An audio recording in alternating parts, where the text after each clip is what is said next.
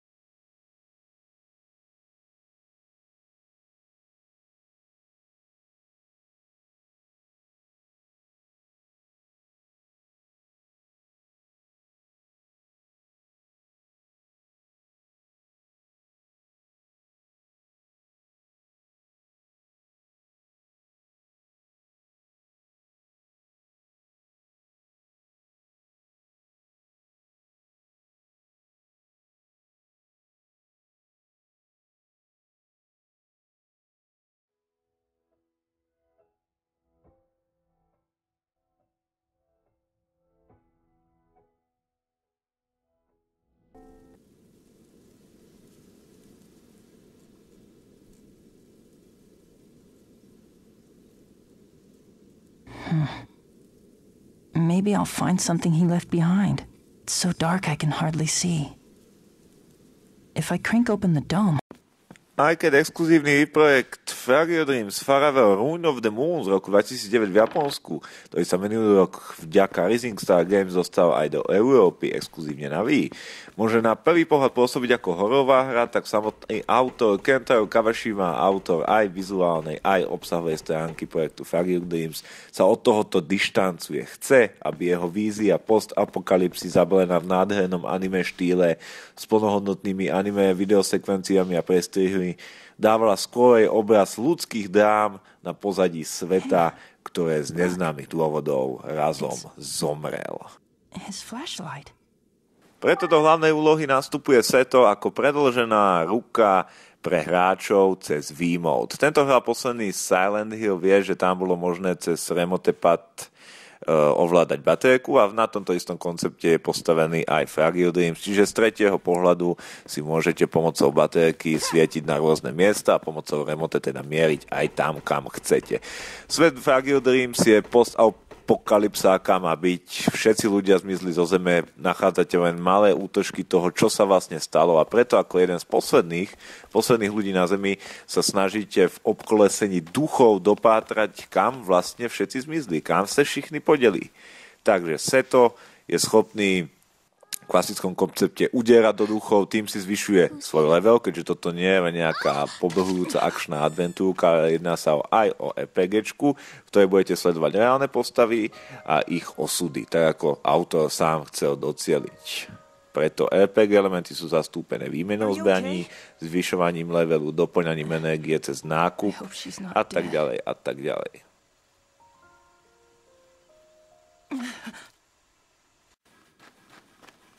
Expresívny level design, ktorý Tatsunoko vyrobil exkluzívne pre túto hru, postavil to na anime základoch a následne to premiezol do hardwareových možností Víčka, je očarujúci. Očarujúci v tom zmysle, že aj keď samozrejme interakcia je minimálna v rámci nejakých možností média navičko, tak každopádne vizuálna stránka dotvára úžasne atmosféru a náročnosť je tu zastúpená, myslím, že do určitej miery hodne vysoko a tento chce.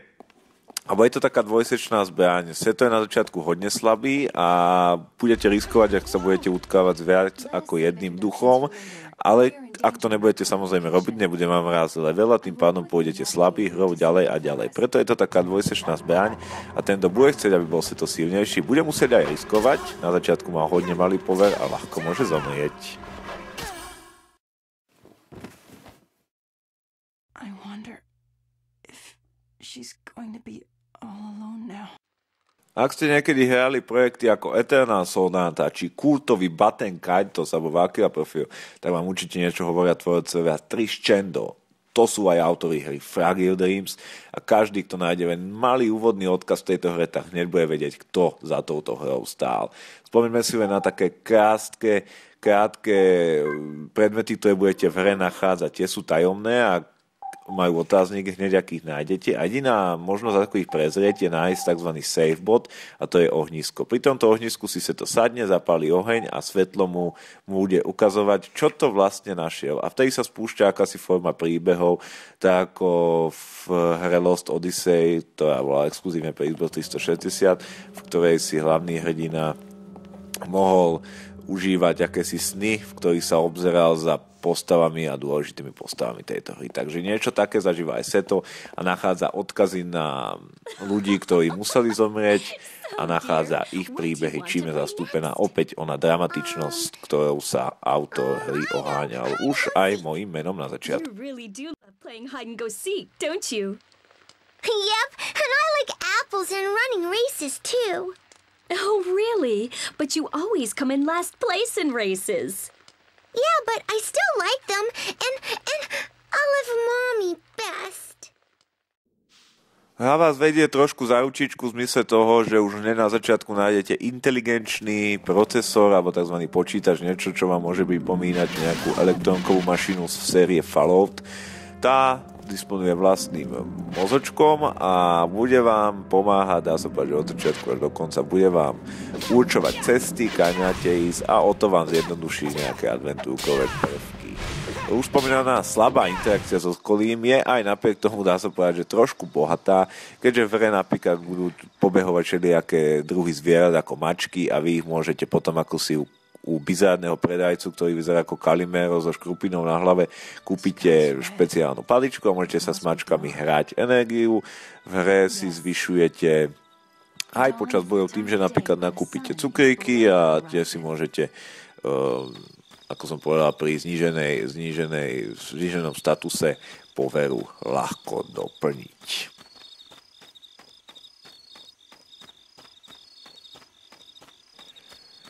Hra je kompletne dabovaná, čo určite docení každý audiofil a hlasy v rámci anglického dubbingu mi pasli úplne úžasne. Už od prvého momentu sa zžijete so Setom, zžijete sa s jeho príbehom a s jeho úzkosťou, ktorá ho postihla a myslím si, že toto je ďalší znak toho, že produkcia Rising Star Games opäť zapracovala na perfektných veciach. Bonusové predmety, úžasné art spracovanie, anime sekvencie a všetko to krásne, čo len môže Fragile Dreams ponúknuť, by si nemal nechať ujsť žiadny majiteľ Nintendo Wii a preto som túto hru vytiahol na začiatok nášho videobloku Big and Live a preto vám ju prezentujem ako prvú exkluzívne pre server Konzolista.cz v rámci spolupráce Nintendo Gen EU. Big and Live číslo 1 sa s vami lúči s hrou Fragile Dreams a uvidíme sa už čoskoro o 14 dní v ďalšou hrou. Ak máte nejaké pripomienky, samozrejme píšte pod komentáre ku tomuto videu a ak vás čokoľvek napadne, aby ste chceli pomôcť týmto projektom, ktorý je aj projekt pre server Konzolista.cz, tak samozrejme PM-ku viete, kde ma nájdete. Ďakujem za pozornosť, peace a nazdar.